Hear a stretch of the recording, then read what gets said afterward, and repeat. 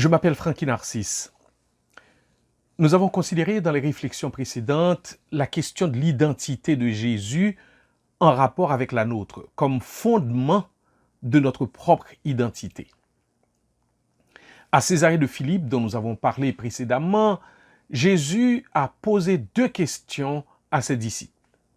La première porte sur l'opinion des hommes à son sujet, et la deuxième est plus engageante, plus personnelle. Laissez-moi vous relire le texte que nous trouvons en Matthieu chapitre 16, versets 13 à 23. Jésus, étant arrivé dans le territoire de Césarée de Philippe, demanda à ses disciples, « Qui dit-on que je suis, moi, le Fils de l'homme » Ils répondirent, « Les uns disent que tu es Jean-Baptiste, les autres Élie, les autres Jérémie ou l'un des prophètes. » « Et vous, leur dit-il, qui dites-vous que je suis » Simon-Pierre répondit, « Tu es le Christ, le Fils du Dieu vivant. » Jésus, reprenant la parole, lui dit, « Tu es heureux, Simon, fils de Jonas, car ce ne sont pas la chair et le sang qui t'ont révélé cela, mais c'est mon Père qui est dans les cieux.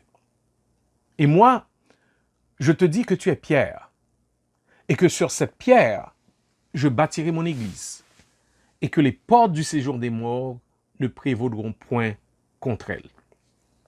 Je te donnerai les clés du royaume des cieux. Ce que tu lieras sur la terre sera lié dans les cieux, et ce que tu délieras sur la terre sera délié dans les cieux. » Alors, il recommanda aux disciples de ne dire à personne qu'il était le Christ.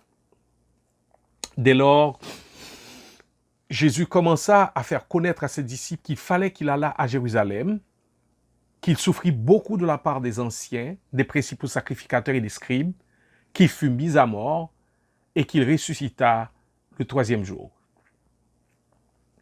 Pierre, l'ayant pris à part, se mit à le reprendre et dit, « À Dieu ne plaise, Seigneur, cela ne t'arrivera pas. » Mais Jésus, se retournant, dit à Pierre, « Arrière de moi, Satan, tu mets en scandale, car tes pensées ne sont pas les pensées de Dieu, mais celles des hommes. »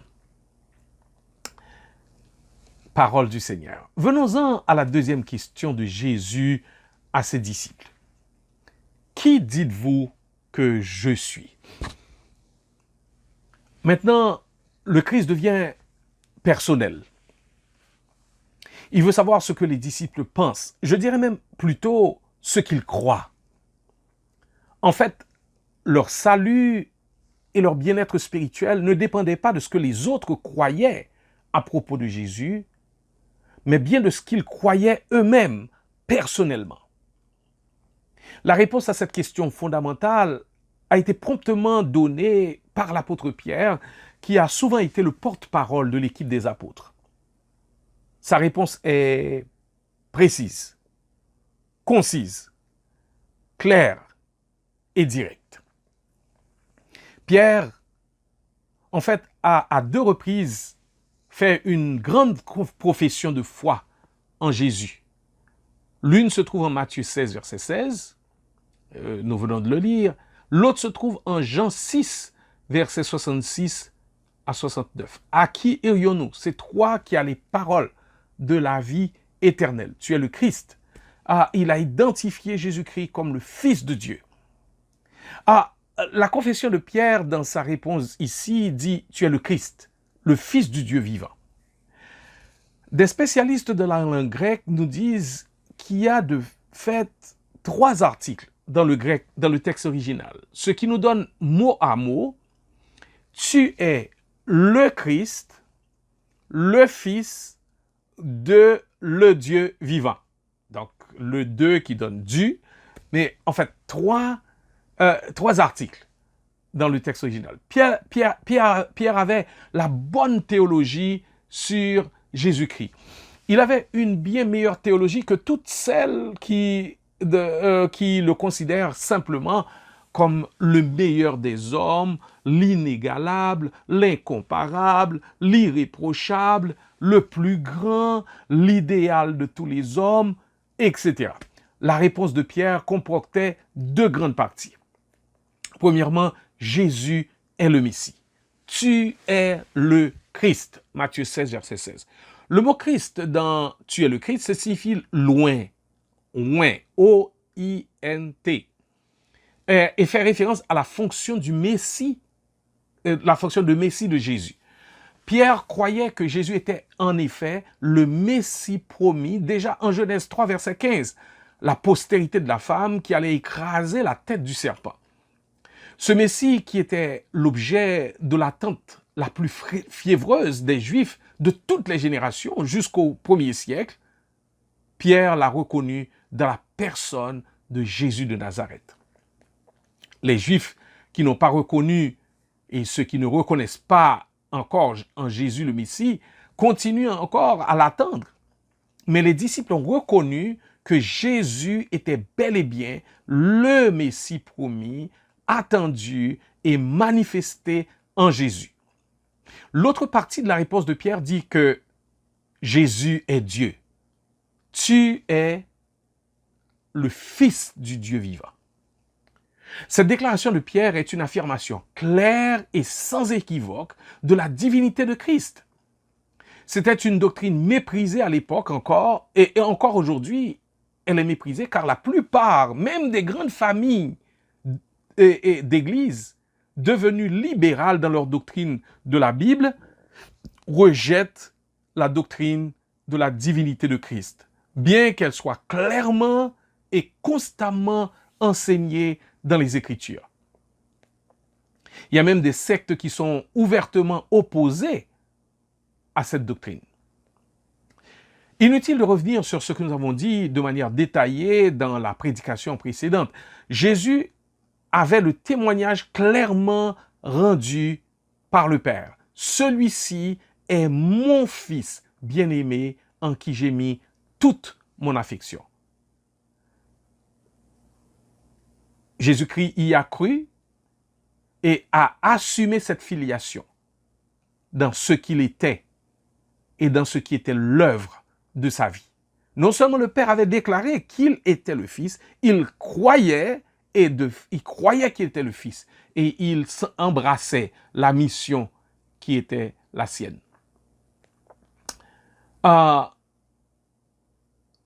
Nous voyons que l'acquiescement et les instructions de Jésus relativement à la déclaration de Pierre.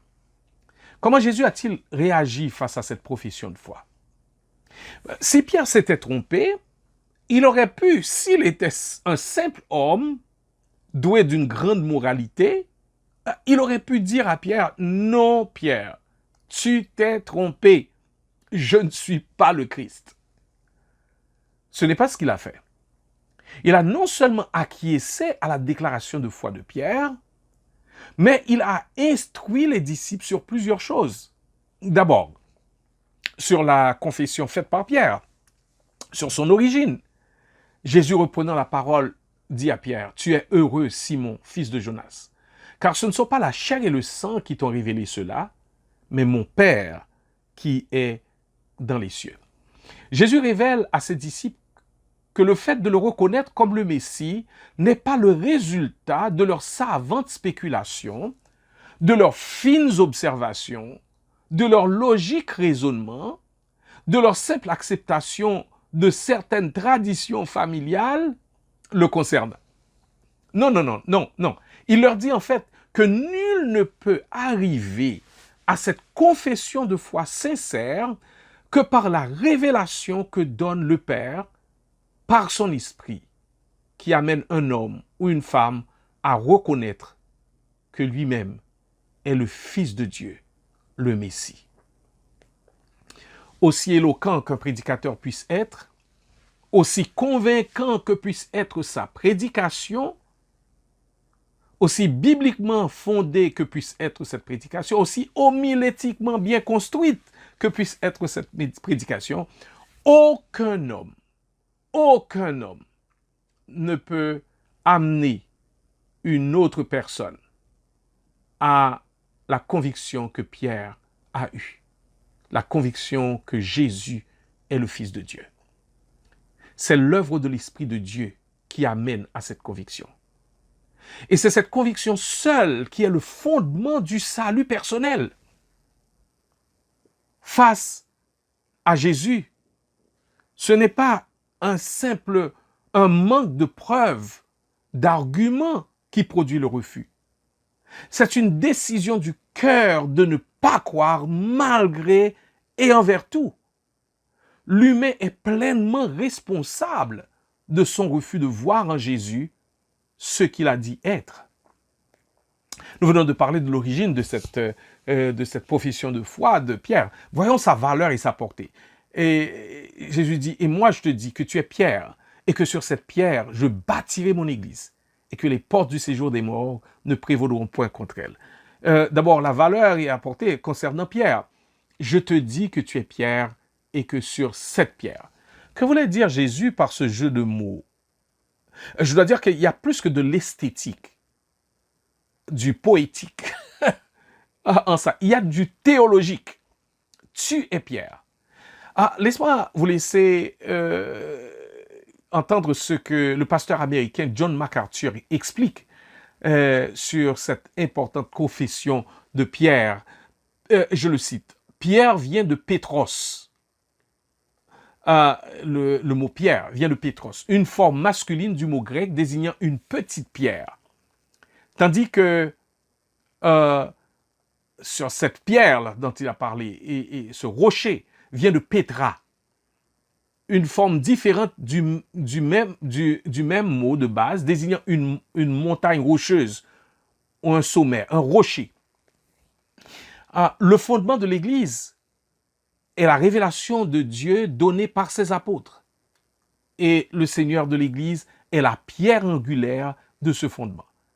Parce que c'est sa parole que les apôtres ont enseigné et que l'Église fidèle a toujours enseigné. Jésus-Christ lui-même est le véritable fondement, la parole vivante à laquelle la parole écrite rend témoignage. Jean 5, verset 39. Et nul, dit l'apôtre Paul, pas même un apôtre, ne peut poser un autre fondement que celui qui est posé, c'est-à-dire Jésus-Christ. 1 Corinthiens 3, verset 11. Le Seigneur construit l'Église sur la vérité de lui-même. Et parce que son peuple est inséparable de lui, il est inséparable de sa vérité. Le Seigneur n'a pas établi son Église sur la suprématie de Pierre et sur ses prétendus plutôt successeurs. Fin de citation. L'Église est bâtie sur Jésus-Christ. Aucune personne ne peut être sauvée et faire partie de l'Église sans une sincère et honnête confession de Jésus comme étant le Fils de Dieu, le Messie, le seul Seigneur et Sauveur. Ce n'est pas un rite qui produit la nouvelle naissance. C'est la confession de sa bouche que Jésus-Christ est Seigneur, le Fils du Père. Et c'est aussi la foi dans le cœur à l'effet que Dieu a ressuscité Jésus-Christ d'entre les morts. Voilà pour ce qui en est de la confession de Pierre. Jésus a aussi instruit ses disciples sur l'Église. Il a dit, je bâtirai mon Église et les portes du séjour des morts ne prévaudront point contre elle. Matthieu 16, 18. Dans ce verset chargé de vérités importantes, Jésus dévoile cette nouvelle réalité nommée Église. Je bâtirai mon Église. Il souligne son lien intime avec elle par l'adjectif possessif mon Église. Jésus dévoile clairement l'identité de ceux et celles qui en font partie. Ce sont ceux et celles qui sont appelés hors du monde. Et le mot ecclésia, c'est appelé hors du monde pour former ce peuple qui lui appartient. Jésus a aussi parlé de la solidité et de la permanence de l'Église, disant que les portes du séjour des morts Donc les forces de l'enfer et de la mort ne seront pas trop fortes contre l'Église pour contrer sa marche conquérante. Il affirme aussi lui donner l'autorité de déclarer ce qui est permis et ce qui ne l'est pas ici-bas sur la base de sa révélation. La confession de Pierre a dévoilé l'identité de Jésus en tant que Messie, Christ. Mais Jésus demande à ses disciples de ne pas révéler aux foules qu'il est le Messie. Alors, il fait part à ses disciples des souffrances qu'il allait endurer, contrairement à ce qu'espéraient les chefs religieux du Messie qu'ils attendaient, ce qui provoqua la désapprobation de Pierre, qui reprit vertement Jésus de penser et de parler ainsi. Jésus l'a fermement repris, révélant la source de son opposition. Arrière de moi, Satan. Satan, une fois de plus, cherchait à mettre un obstacle sur la voie de Jésus, un obstacle pour l'accomplissement de sa mission. Pierre, comme les Juifs de son temps, voulait un roi sans les souffrances du calvaire. Les gens étaient plus intéressés par la conquête de Rome sur leur propre terre que par la conquête du péché dans leur propre cœur. Les choses n'ont pas tellement changé, ni sur la reconnaissance de l'identité de Jésus, ni sur ce qui est perçu comme sa mission fondamentale. Cela nous amène aux applications suivantes. Premièrement, la question de l'identité de Jésus reste la plus fondamentale quant à ce qui concerne le salut d'une personne.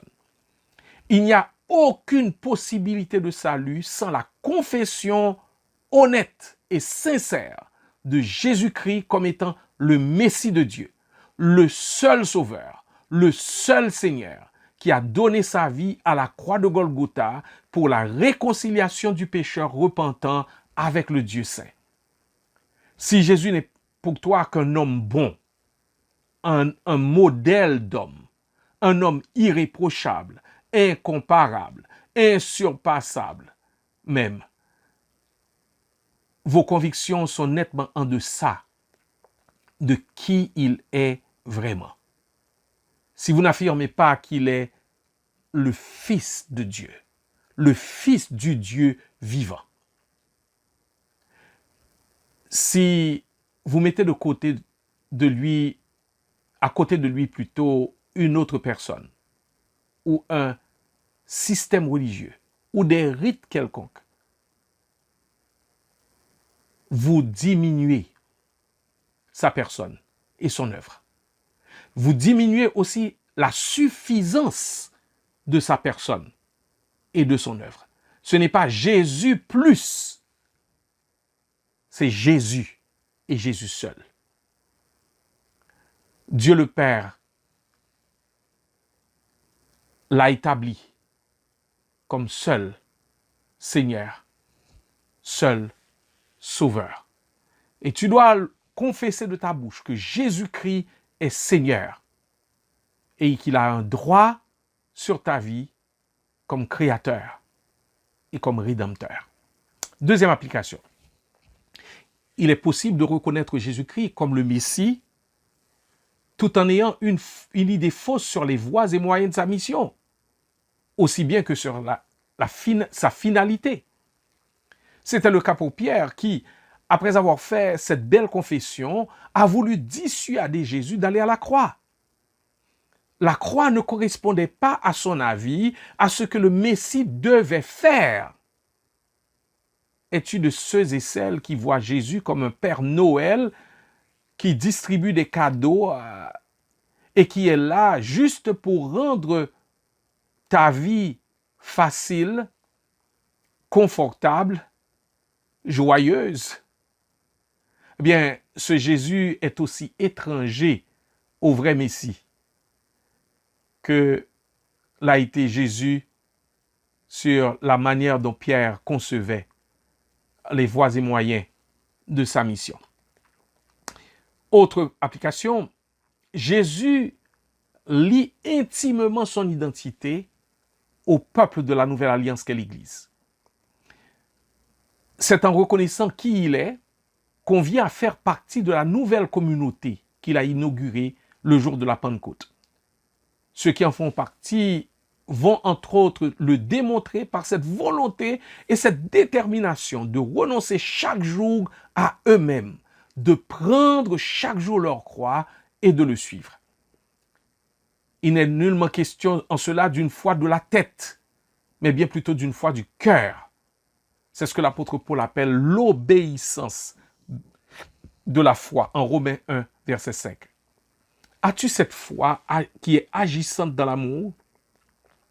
Cette foi qui n'est pas simple formule répétée machinalement, simple rite pratiqué routinièrement, simple profession de foi des lèvres, non démontrée par les fruits dignes de la repentance.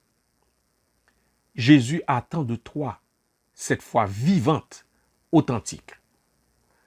Quatrièmement, enfin, l'Église, la nouvelle communauté de la nouvelle alliance dans le sang de Jésus-Christ, est la propriété de Jésus-Christ. Ah bien là, je souligne, l'Église est la propriété de Jésus-Christ. Il a dit, je bâtirai mon Église. Jésus t'appelle et m'appelle à bâtir son Église avec lui. Cependant, nous ne devons jamais oublier que l'Église ne nous appartient pas.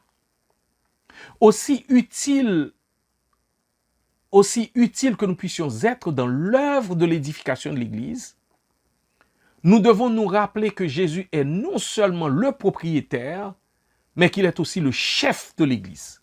C'est lui qui établit les règles, c'est lui qui fixe les normes, c'est lui qui distribue les dons spirituels, c'est lui qui a le pouvoir de donner des bergers à son Église et même de les enlever.